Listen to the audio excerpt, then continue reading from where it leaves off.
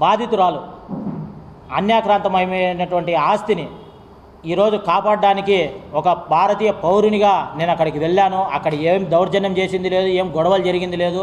ఏదో దౌర్జన్యాలు చేసినారు, గొడవలు చేసినారు అన్నట్లుగా ఈ యొక్క సాక్షి ఛానళ్ళు అయితేనేమి, పేపర్లు అయితేనేమి ప్రచురణ చేయడం అనేది చాలా బాధాకరం. వాస్తవాలు తెలుసుకోండి. మేము సాక్షి ఛానల్, సాక్షి యాజమాన్యంగా కోరుతా ఉన్నాం, మీరు రండి క్షేత్రస్థాయిలోకి వచ్చి అక్కడ ఉన్నటువంటి రికార్డులు అవన్నీ పరిశీలన చేయండి. ఎవరిది జినైన్ ఉందా అనేసి రాయమని చెప్పి కోరుతా ఉన్నాం.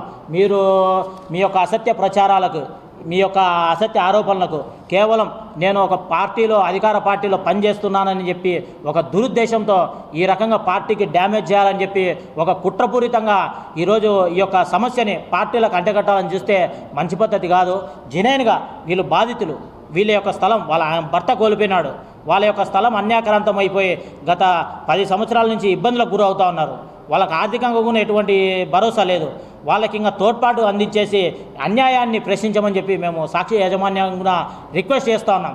ఈ రకంగా తప్పుడు ఆరోపణలు, తప్పుడు సంకేతాలు, తప్పుడుగా ప్రకటనలు చేయడం అనేది చాలా బాధాకరం. ఈరోజు పేపర్లో చూసినా, సోషల్ మీడియాలో చూసినా, సాక్షి ఛానల్లో చూసినా కూడా కొంచెం ఈ రకంగా రాంగ్ మెసేజ్ అనేది కవర్ చేయడం అనేది చాలా దురదృష్టకరం.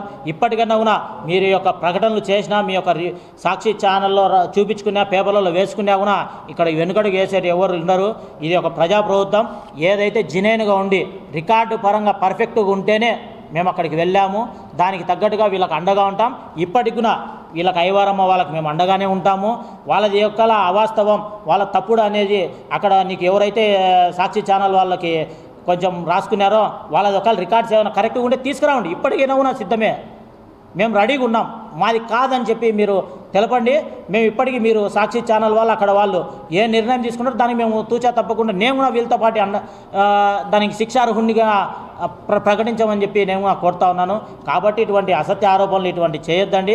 వాస్తవాలు ఏ ఉన్నాయో వాటిని మాత్రమే బయటికి ప్రచురించమని చెప్పి కోరుతా ఉన్నాను. ఈ విధంగా మా మీద కక్షపూరితంగా మా యొక్క ఎదుగుదలని అనదొక్కాలా, మా యొక్క రిప్యుటేషన్ని దెబ్బతీయాలా, పార్టీకి చెడ్డ పేరు తేవాలని చెప్పేసి ఈ యొక్క స్థానికంగా ఉన్నటువంటి ఐవారమ్మ సమస్యని ఈ విధంగా రాజకీయాలకి పులుమితే అది మంచి పద్ధతి కాదని చెప్పి ఈ యొక్క సాక్షి యాజమాన్యానికి తెలియజేస్తూ ఉన్నాను. ప్రజానికంగా ఇటువంటి వారికి అండగా ఉండాలని చెప్పి కోరుతా ఉన్నాను. ఇప్పటికైనా కూడా సంబంధిత తహసీల్దార్ గారు అయితేనేమి, సంబంధిత పోలీస్ అధికారులు అయితేనేమి పూర్తి స్థాయిలో విచారణ జరిపేసి వీళ్ళకు న్యాయం చేయవలసిందిగా కోరుతా ఉన్నాను. అందుకు సంబంధించిగా చట్టపరంగా ఎటువంటి చర్యలకైనా, ఎటువంటి ఎంక్వైరీలకైనా కూడా వీళ్ళు రావడానికి సిద్ధంగా ఉన్నారు. వీళ్ళతో పాటు నేను కూడా ఉంటాను.